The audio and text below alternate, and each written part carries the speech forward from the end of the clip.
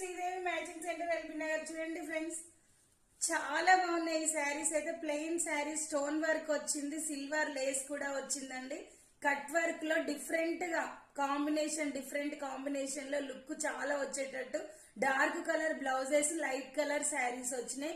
Super గా ఉన్నాయండి. 550 free shipping.